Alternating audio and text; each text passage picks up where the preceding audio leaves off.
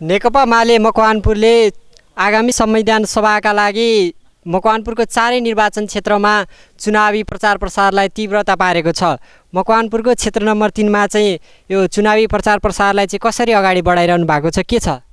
निश्चय नै आज हामी पहिलो दिन भन्नुपर्छ यो घर दैलो अभियानको। यो पहिलो दिनमा चाहिँ हामीले चुरिया माईको यो ठुलो थली भन्ने ठाउँबाट सुरु गरेका छौँ।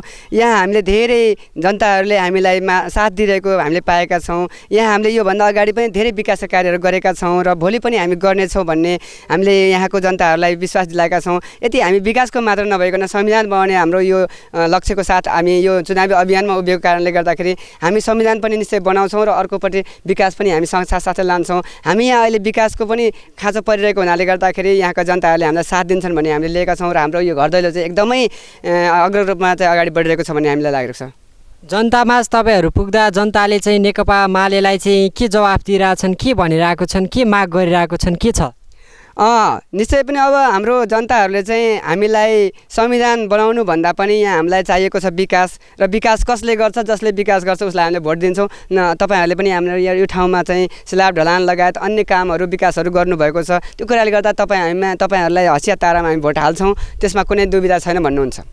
आसन्न संविधान सभाका लागि राप्रपा मकवानपुरले चारै निर्वाचन क्षेत्रबाट मकवानपुरमा आफ्ना उम्मेदवारहरू उठाएको छ र आफ्नो घर दैलो अभियान अन्तर्गत राप्रपाका 3 नम्बर क्षेत्रका उम्मेदवार सीताराम बर्तौलाले यतिखेर घर दैलो अभियानलाई चाहिँ तीव्र पारिरहनु भएको छ।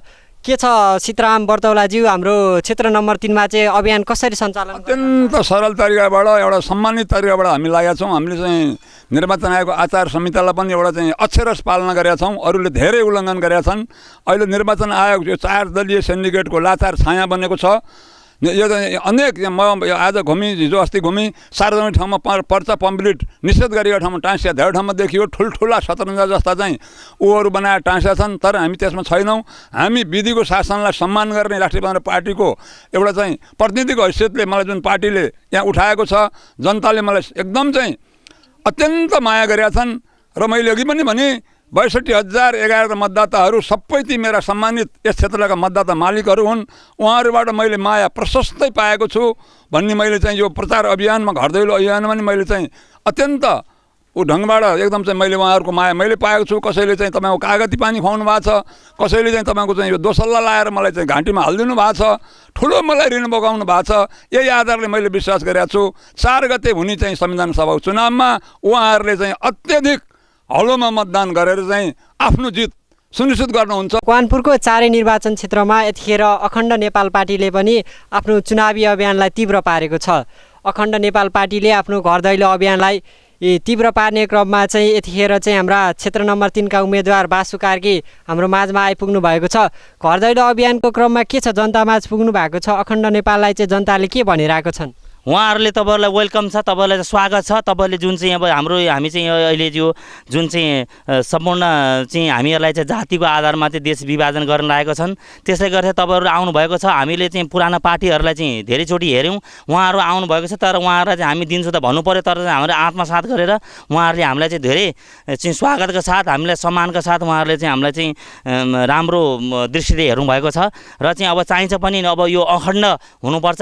हामी चाहिँ जाति विभेद गरेर जातिमा बाँडिनु हुँदैन, राज्य के अरे यो देशलाई चाहिँ टुक्राउनु पर्ने पक्षमा होइन। हामी सबै 126 जाति नै मिलेर बस्नुपर्छ भन्ने चाहिँ सबैको धारणा छ। हामी अहिले चाहिँ मिलेर बसेका छौँ, मिलेर बस्नुपर्छ। र यो जातिहरूले अहिले विभिन्न अब चाहिँ भोट माग्ने क्रममा चाहिँ तपाईँको अब विभिन्न चाहिँ पार्टीहरू चाहिँ अब आउनुभएको छ र उहाँहरूले विभिन्न आफ्नो योजना यो गर्छु उसो गर्छु भन्नुभएको छ। तर सबै झुटो, योभन्दा अगाडि पनि झुटो कुराहरू गरेर जानुभयो। उहाँहरूले के गर्नु भएन। हिजोहरू अब चुनावको अभियानमा त अब सबै आउने कुरा स्वाभाविक कुरा हो, तर भए पनि उहाँहरूको एजेन्डालाई उहाँले चाहिँ अब हेर्नु भएको छ जस्तो लाग्छ मलाई। र मैले अब चाहिँ उहाँहरूको अब चाहिँ जो भित्री आत्माले चाहिँ अखण्ड नेपाल पार्टी भनेको नामैमा अखण्ड छ, त्यसले गर्दा उहाँले चाहिँ अखण्ड पार्टीलाई चाहिँ मत दिएर उहाँले विजय गराउनुहुन्छ भन्ने मलाई चाहिँ पूर्ण विश्वास छ। निर्वाचनको मिति नजिकै जाँदा मकवानपुरका चारै क्षेत्रमा उम्मेदवारहरू मतदाताको घर घर पुग्न थालेका छन्। मकवानपुरमा यो सँगै चुनावी सरगर्मी बढेको छ। टिम समाचारका लागि अनिल पराजुली, हेटौडा।